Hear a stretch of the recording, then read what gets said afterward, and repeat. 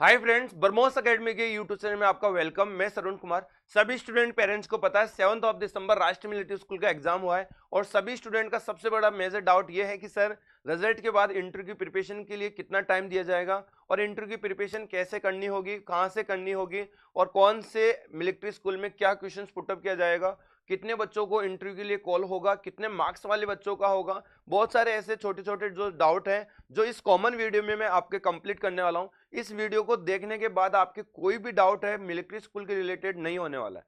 तो मैं ये वीडियो कंप्लीट देखने के लिए आपको सलाह करूंगा कि आप कंप्लीट वीडियो को वॉच करें, जिससे कि आपको राष्ट्रीय मिलिट्री स्कूल का कंप्लीट डिटेल्स पता चल जाए। ओके, एंड जो स्टूडेंट पेरेंट्स हमारे यूट्यूब चैनल पे न्यू है वो चैनल को सब्सक्राइब कर लें, बेल आइकन को ऑन रखें ताकि उसको आगे के अपडेट है वो बैक टू बैक वीडियो के माध्यम से मिलता रहे। क्योंकि आपका बच्चा साल भर मेहनत किया है और उसके रिजल्ट के बारे में आपको अपडेट नहीं है, इंटरव्यू कॉल के बारे में अपडेट नहीं है, इंटरव्यू प्रिपरेशन कैसे करवाए, तो आपका बच्चे के साल भर मेहनत जीरो बना देते हो आप। तो अपडेट जानने के लिए आप बेल आइकन को ऑन जरूर रखना, जैसे मैं वीडियो अपलोड करूंगा तो आपको नोटिफिकेशन मिलता रहेगा। तो चलिए हम चलते हैं।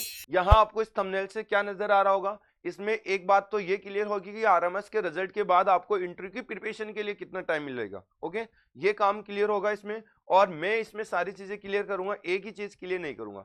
सबसे पहले आपको पता है कि एग्जाम लगा आरएमएस का एग्जाम यहाँ पे लग चुका है 7 दिसंबर को। अब 7 दिसंबर को एग्जाम लगने के बाद देखिए क्यों इसका अपडेट कितना जल्दी आ रहा है। इसकी आंसर की भी आ चुकी है, आंसर की भी आ चुकी है आपकी जो ऑफिशियल आंसर की है, हमने तो यूट्यूब पे डाला है। तो यहां से ये फर्स्ट स्टेप होना चालू हो गया, फर्स्ट स्टेप हो गया। अब कुछ आंसर के में एरर भी है, ऐसा नहीं कि एक दो क्वेश्चन से एरर है। अभी उस पर चैलेंज करने का टाइमिंग है, वो पॉपअप ओपन है, वहां पे 500 रुपीज का चार्ज लगेगा। यदि आपका क्वेश्चन करेक्ट है और एजेंसी का रॉन्ग है तो वो 500 रुपीज का चार्ज है, आपको रिफंड कर दिया जाएगा। यदि आपका रॉन्ग है और एजेंसी का करेक्ट है तो आपके 500 रुपीज आपको चार्ज नहीं मिलेगा। तो बिल्कुल क्लियर है। आप यदि कॉन्फिडेंट हो अपने क्वेश्चंस पे कि करेक्ट है तो आप चैलेंज कर सकते हैं। चैलेंज कैसे करें उसके लिए मैंने ऑलरेडी वीडियो अपलोड कर रखा है, आप चाहे तो मैं इसको डिस्क्रिप्शन में उसका लिंक पेस्ट कर दूंगा, आप वहां जाके वो वीडियो देख सकते हैं। पहला काम हो गया। आंसर की आने के बाद फाइनल आंसर की और आएगी कि उसमें लोगों ने चैलेंज किया है। ओके, फाइनल आंसर की और आएगी। अभी फाइनल आंसर की आने के बाद आपको क्लियर हो जाएगा कि मेरा स्कोर क्या होगा। सेकेंड स्टेप में ये होगा। तो अभी क्योंकि लोग चैलेंज कर रहे हैं, यहाँ पे लोग क्या कर रहे हैं, चैलेंज कर रहे हैं यहाँ पे कि मेरा आंसर ये होना चाहिए। अब मेन चीज ये है कि चैलेंज जो कर रहे हैं लोग, उससे क्या सभी बच्चों का करेक्ट हो जाएगा? तो मैं क्लियर कर देता हूं, बिल्कुल करेक्ट होगा सभी बच्चों का। यदि किसी भी बच्चे ने एक ने भी चैलेंज किया हो तो सभी का वो रिवाइज आंसर की अपडेट होगा। पहले का तो अभी तक का यही रूल था, बट थोड़ा सा यदि अलग भी हो और आप कॉन्फिडेंट हो और अपने बच्चे का 1-2 मार्क्स से हट रहा है, ओके, सिलेक्शन यदि जा रहा है तो आप 1000 रुपये लगा दीजिए, कोई उस 1000 रुपये की तरफ मत देखिए, क्योंकि यदि आपके राइट होंगे तो 1000 रुपये वापस रिफंड हो जाएंगे। लेकिन आप समझिए कि यदि वो इंडिविजुअली प्रोसेस में फॉलो कर रहा है, अभी मेरी बात नहीं हुई है वहां पे, कल बात हो जाएगी तो मैं शॉर्ट वीडियो के माध्यम से आपको अपडेट कर दूंगा बेसिकली कि एक के करने से सभी स्टूडेंट को रिवाइज आंसर की हो जाएगी अपडेट, तो मैं वो इसके लिए अपडेट कर दूंगा। ओके, उतने समय के लिए आपको अभी वेट करना है, या तो वेट कर लो या फिर आप चैलेंज कर रहे हो तो बिल्कुल कॉन्फिडेंट हो आप, अपने क्वेश्चन राइट है, उसका आपके पास प्रूफ है तो वहां प्रूफ भी अपलोड करना होगा और आप 1000 रुपये लगा दीजिए। 4 क्वेश्चन पे दावा कर रहे हो तो 2000 रुपये लगा दीजिए, क्योंकि बच्चा जो किनारे के पास है वो 1-2 मार्क्स से ही सिलेक्शन रुक जाता है। तो उन बच्चों को करना है बेसिकली जो 80 मार्क्स लेके आया, कट ऑफ जा रही है 120 की, तो उसको चैलेंज करने का मेरे हिसाब से कहीं ना कहीं कोई इंपॉर्टेंस नहीं निकल रही, क्योंकि रिजल्ट तो होने वाला नहीं है उसका। ठीक है, सेकंड प्रोसेस ये हो गया। अब थर्ड प्रोसेस क्या होगा, ये आने के बाद आपको ऑफिशियल आंसर मतलब रिजल्ट आएगा। क्या आएगा? आरएमएस का रिजल्ट आएगा। अब आरएमएस की रिजल्ट की क्या प्रोबेबिलिटी है, कब तक आ जाएगा? देखो रिजल्ट की बात करूं मैं तो रिजल्ट की जो प्रोबेबिलिटी है वो आपकी जनवरी मंथ में आएगा। वैसे तो मैंने जनवरी मंथ बताया, मैं डेट भी बता देता हूं, जनवरी मंथ। ओके, जनवरी मंथ में आएगा और जनवरी मंथ में आप सैनिक स्कूल का आपका एग्जाम है 18 जनवरी, उससे लेके आप 25 मैक्सिमम डेट मान सकते हो जनवरी। ठीक है, ये एग्जाम आपका रिजल्ट आने की डेट रहेगी। तो ये 18 जनवरी से लेके 25 जनवरी मैंने आपको एक एक्सपेक्टेड डेट बताई है। ये फिक्स डेट आप नहीं मान के चलिए, क्योंकि ये हमारा अनुमान है, 5 सालों का अनुभव है, उसके बेसिस पे हम जो गेस्ट करते हैं लगभग चीजें होती तो वही है, लेकिन इस पे हम दावा नहीं कर सकते कि सर आपने ऐसा बताया था और ऐसा ही होना चाहिए। ये बिल्कुल बच्चा नहीं माने, क्योंकि मैं तो आपकी हेल्प करने के लिए यहाँ खड़ा हूँ और उस हेल्प के लिए आप हमारे साथ जुड़े रहेंगे तो हमको उसका विश्वासदायक, आप YouTube चैनल पे जुड़े रहोगे तो हमको भी लगेगा कि कहीं ना कहीं हमारे जो पर्सन्स हैं वो एक जेन्युइन पर्सन है जो चीज़ों को समझ रहे हैं, क्योंकि हम हेल्प कर रहे हैं उसके अकॉर्डिंग यदि कुछ चीज़ें नहीं भी होती है तो आपको समझना है कि ये तो एक गेस था। ओके, और गेस में क्या होता है, दोनों चीज़ होती है, वो राइट भी हो सकती है तो इनकरेक्ट भी हो सकती है। अब सेकंड बात करें, ये रिजल्ट हो गया। अब आपका जो मैंने थंबनेल्स बनाया था कि रिजल्ट के बाद इंटरव्यू की प्रिपरेशन के लिए कितना टाइम मिलेगा, तो देखिए जब भी आपका इंटरव्यू का होगा तो 10 मिनिमम डेज हो गया एंड आपका 10 to 15 डेज आपका मैक्सिमम हो गया। ओके, मैक्सिमम डेज हो गए, इतना जो टाइम मिलेगा आपको वो मिलेगा इंटरव्यू की प्रिपरेशन करने के लिए। 10 डेज मिनिमम है और 15 डेज मैक्सिमम है। और इंटरव्यू की प्रिपरेशन बच्चा कितने दिनों में कवर कर लेता है, ये सबसे ज्यादा इंपॉर्टेंट है। तो हमारा जो इंटरव्यू प्रिपरेशन का बेस चलता है वो ओनली फॉर 7 डेज का चलता है। जो बच्चा होगा जेनुअल वो 7 डेज में कवर कर जाएगा, क्योंकि जिसका स्कोरिंग है तो उसका सब्जेक्टिव नॉलेज भी अच्छा है। ओके, इंटरव्यू में ऐसा नहीं है कि आपको बहुत अच्छा टैलेंट वाला पर्सन वहां बन के जाना है, ऐसा कुछ भी नहीं है। कोई यूपीएससी का इंटरव्यू नहीं है ये।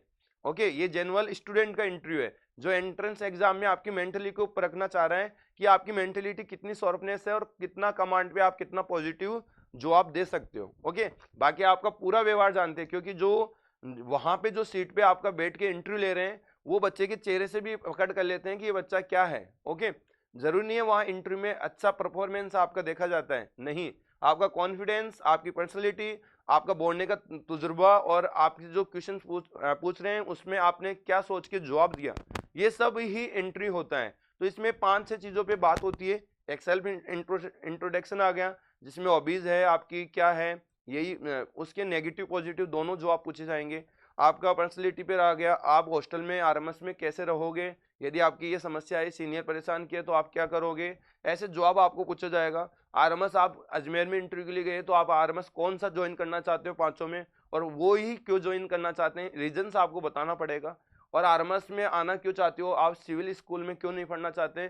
तो ये इस प्रकार के क्वेश्चन है जो हमको हर एक आरएमएस क्या पता है लगभग, क्योंकि हमारे हर साल है वो 20 से 25 बच्चे इंटरव्यू प्रिपरेशन करके वहाँ एग्जाम में अपेयर होते हैं और उनके फीडबैक पे हमको सभी का नॉलेज होता है कि कौन सा आरएमएस क्या क्वेश्चन पुटअप करता है, तो उसके बेसिस पे आपको हम 7 डेज में प्रिपेयर कर देते हैं। तो अब आपको टेंशन नहीं लेना।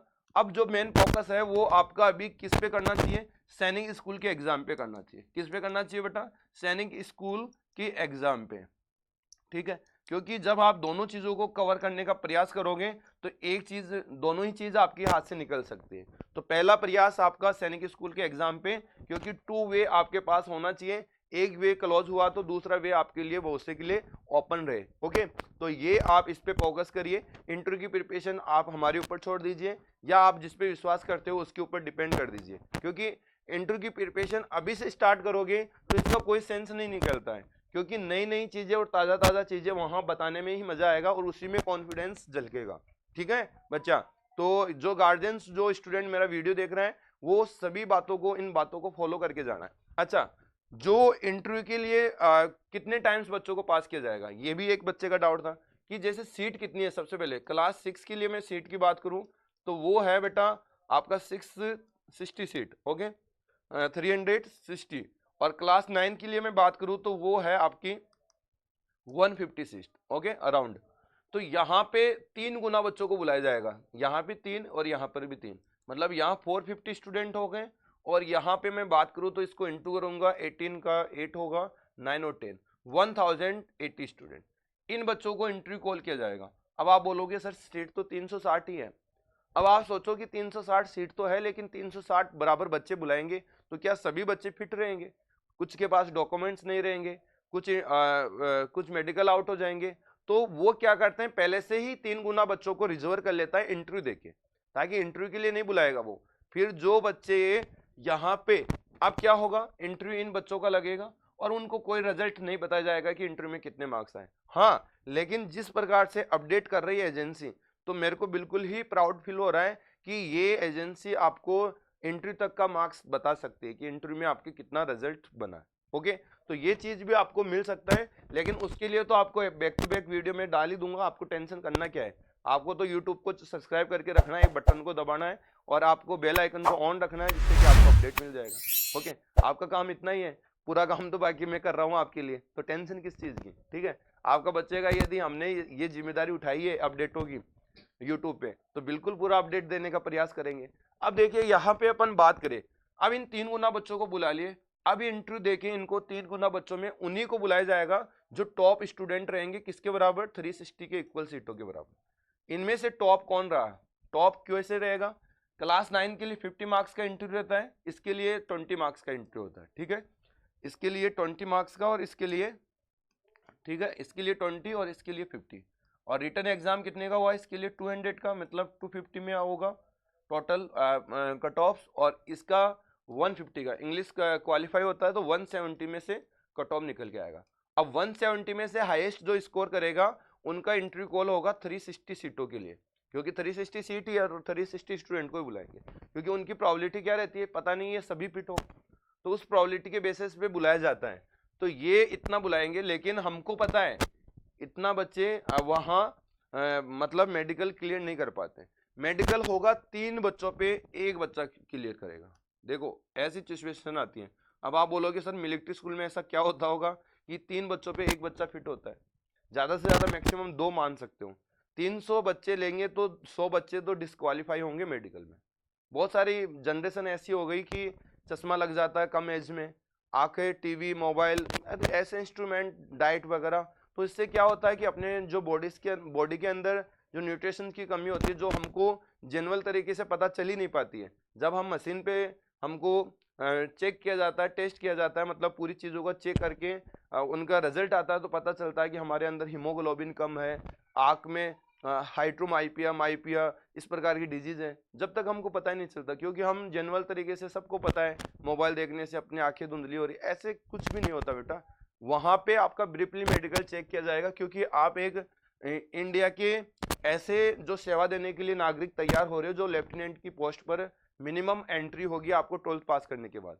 तो जब आगे जाके बच्चा कोई काम का नहीं है, यहाँ से वो मेडिकल डिस्क्वालीफाई है, तो उसको लेके वो क्या करेंगे। तो मेडिकल तो आपका ये समझ के चलिए कि एक जेनुअल जो आर्म्ड फोर्सेस का सभी का होता है उसी तरीके से होगा, चाहे वो आर्मी, नेवी, एयरफोर्स, उसी की तरह होगा। तो मेडिकल के लिए आपका क्या क्या चेक होगा, कैसे होगा, उसका कंप्लीट वीडियो मैं अपलोड करूंगा, उसके लिए भी आप टेंशन ना करें। हर साल वैसे अपलोड कर रखा है, आप देखना चाहे तो देख सकते हो पीछे जाके। बाकी मैं जो भी नया नया अपडेट होता है उसमें ऐड करके फिर आपको एक्सप्लेनेशन उसका दूंगा, ठीक है, तो उसके लिए टेंशन ना करें। तो ये आपका क्लियर हो गया, समझ गए। तो इसमें जो बच्चे मेडिकल डिस्क्वालीफाई होंगे तो फिर क्या करेंगे, जो 3 गुना बच्चे पास कर रखे हैं उनमें से बचे हुए बच्चे में से टॉप और लेंगे, फिर उनमें से मेडिकल डिस्क्वालीफाई होंगे, फिर टॉप लेंगे, और ये काम चलता रहेगा। ओके, तो ध्यान रखिए, आप इस प्रोसेस को अच्छे से समझ गए होंगे। फिर आपका मेडिकल होगा। मेडिकल में ध्यान रखना, मेडिकल में कुछ बातों का आप इस विशेष ध्यान रखें। मेडिकल कराने से पहले आपको क्या क्या चीज़ अपने शरीर में टेस्ट करा लेनी चाहिए, वो इंटरव्यू के बाद की बातें हैं जो मैं आपको यूट्यूब के माध्यम से सलाह करूंगा। ओके, उसकी टेंशन ना लें, उससे क्या होगा कि आपकी जो मेडिकल क्लियर होने की प्रोबेबिलिटी ज़्यादा हो जाएगी, ठीक है। एंड इसके बाद मैं बात करूं, उसके बाद क्या होगा, आपका होगा ज्वाइनिंग लेटर। ज्वाइनिंग लेटर जो आपको ज्वाइन कराने का काम करेगा मिलिट्री स्कूल। अब आपको मिलिट्री स्कूल, आपने 5 रेफरेंस दिए हैं, बच्चे ने अजमेर भी दी होगी, धौलपुर भी दी होगी, बेंगलोर, बेलगांव और आपका चेल, तो 500 में से कौन सा मिलेगा। अब आपने बोलेंगे मैं तुम अजमेर फर्स्ट पर आता, अजमेर फर्स्ट पर आता, तो इसका मतलब अजमेर आपको मिले, ये श्योरिटी नहीं मिल रही है। आपको मिलेगी जब आपके मार्क्स के कट ऑफ कितने हैं। जैसे मैं अजमेर चाहने वाले सारे 300 बच्चे अजमेर ही चाह रहे होंगे, लेकिन 300 को तो नहीं दे सकते, तो वो क्या बनाएंगे, जो रिक्वायर्ड फर्स्ट उसी का किया जाएगा जो उसकी कट ऑफ को मैच कर रहा है, ठीक है। जो जितने भी बच्चे चाह रहे हैं, 80 सीट है तो 160 बच्चे चाह रहे होंगे, तो उसके टॉप बच्चों को 80 को ही मिलेगा, फिर वो दूसरे वाले कट ऑफ जहां मैच कर रहा हूं उससे वो मिलिट्री स्कूल मिलेगा, ठीक है। तो कट ऑफ के अकॉर्डिंग ये मिलिट्री स्कूल मिलता है। हाँ, इंटरव्यू कहाँ पे होगा, मेन प्रॉब्लम्स बच्चों को ये है। इंटरव्यू देखो बेसिकली पिछले साल क्या हुआ करता था, जैसे मेरा अजमेर में एडमिशन होगा तो मेरा अजमेर ही इंटरव्यू कॉल हुआ करता था, लेकिन इस साल ऐसा नहीं है, इस साल बिल्कुल ही ऐसा नहीं है, क्रॉस कर दिया। आपका इंटरव्यू कॉल अजमेर आएगा, एडमिशन तो अजमेर आए जरूरी नहीं है, ये ध्यान रखें।